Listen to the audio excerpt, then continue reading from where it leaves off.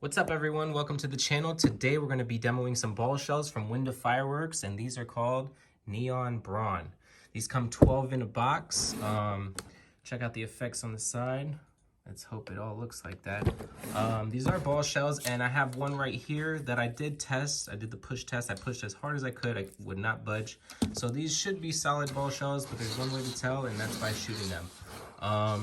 Check out the artwork. It is not labeled by effects, but I guess these are the effects that it's showing you.